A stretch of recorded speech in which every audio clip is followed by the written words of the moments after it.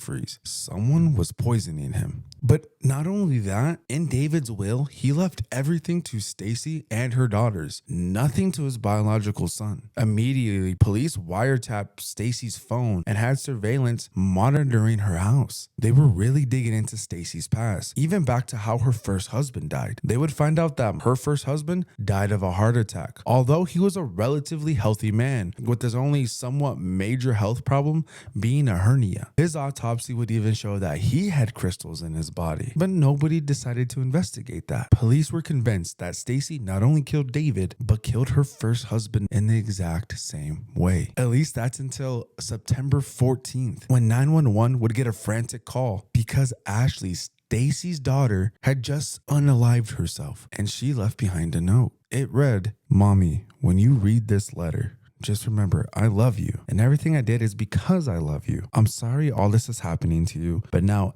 everyone is going to know what really happened. They know it wasn't you, it was me. No one was ever supposed to know." The letter would go on and talk about some of the details and specific reasons as to why Ashley ended her dad's life, because he was mean to Stacy and she didn't want to see that anymore. She even went into the details of how she ended David's life. When Stacy called 911, she explained everything that she could see, even mentioning the note. Ambulance rushed to the scene where they would find Bree close to Ashley, and Bree would say, "Ashley's breathing, barely, but she's breathing." Ashley gets rushed to the hospital where they find a whole cocktail of drugs inside of her system. They're able to resuscitate her, bringing her back to life, with doctors even claiming that she was just 15 minutes from death. Once she came back to her senses, detectives immediately came in and asked her questions about what had happened.